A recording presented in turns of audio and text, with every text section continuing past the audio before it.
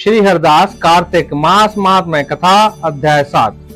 नारद जी ने कहा, हे राजन, कार्तिक मास में व्रत करने वालों के नियमों को मैं संक्षेप में बतलाता हूँ, उसे आप सुनिए।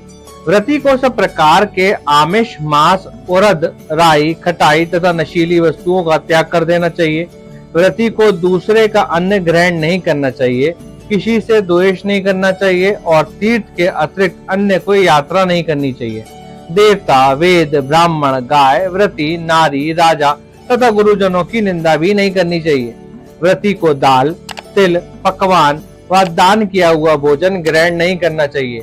किसी की चुगली या निंदा भी नहीं करनी चाहिए।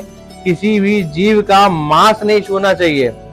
पान, कत्था, चूना, नींबू, मसूर, बासी तथा झूठे अन्न का भी प्रयोग नहीं करना चाहिए। गाय, बकरी तथा भैंस के अतिरिक्त अन्य किसी पशु का दूध नहीं पीना चाहिए।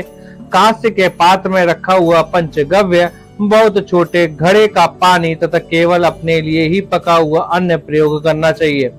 कार्तिक माह का व्रत करने वाले मनुष्य को सदैव ब्रह्मचर्य का पालन करना चाहिए। उसे धरती पर सोना चाहिए और दिन के चौथे पहर में केवल एक बार पत्तल में भोजन करना चाहिए। व्रती कार्तिक माह में केवल नरक चतुर्दशी, जिसे छोटी दिवाली भी कहा जाता है, के दिन ही शरीर में तेल लगा सकता है। कार्तिक माह में व्रत करने वाले मनुष्य को सिंघाड़ा, प्याज, मठा, गाजर, मूली, काशीफल, लौकी, तरबूज इन वस्तुओं का प्रयोग बिल्कुल नहीं करना चाहिए। रजस्वला, चांडाल, पापी, मलेच्छ, पतित, व्रतहीन, ब्राह्मण द्रोही और नास्तिकों से बातचीत नहीं करनी चाहिए। भगवान विष्णु को प्रसन्न करने के लिए अपनी शक्ति के अनुसार चंद्रायण आदि का व्रत करना चाहिए और उपयुक्त नियमों का पालन करना चाहिए। व्रती को प्रतिपदा का कुम्हड़ा, द्वितीय को कटहल, तृतीय को तरुणी स्त्री, चतुर्थी को मूली, पंचमी को बेल, षष्ठी को तरबूज, सप्तमी को आंवला, अष्टमी को नारियल, नवमी को मूली, दशमी को लौकी, एकादशी को परवल, द्वादशी को बेर, त्रयोदशी को मठा, चतुर्दशी को गाजर तथा पूर्णिमा को शाक का प्रयोग नहीं करना चाहिए। रविवार को आंवले का प्रयोग नहीं करना चाहिए। कार्तिक माह में व्रत करने वाला मनुष्य यदि इन शाखों में से किसी शाख का सेवन करना चाहे तो पहले ब्राह्मण को देखकर ग्रहण करे। यही विधान माघ माह के व्रत के लिए भी है। देवोत्थान एकादशी से पहले कही गई विधि के अनुसार नित्य जागरण, गायन, वादन आदि करना चाहिए। इसको विधि पूर्वक करने वाले मनुष्य को देखकर यमदूत ऐसे भाग जाते हैं जैसे सिंह को गर्जना से हाथी भाग जाते हैं। कार्तिक माह का व्रत सभी व्रतों में श्रेष्ठ है। इसके अतिरिक्त जितने भी व्रत यज्ञ हैं, वह 1000 की संख्या में किए जाने पर भी इसकी तुलना नहीं कर सकते, क्योंकि यज्ञ करने वाले मनुष्य को सीधा वैकुंठ की प्राप्ति होती है।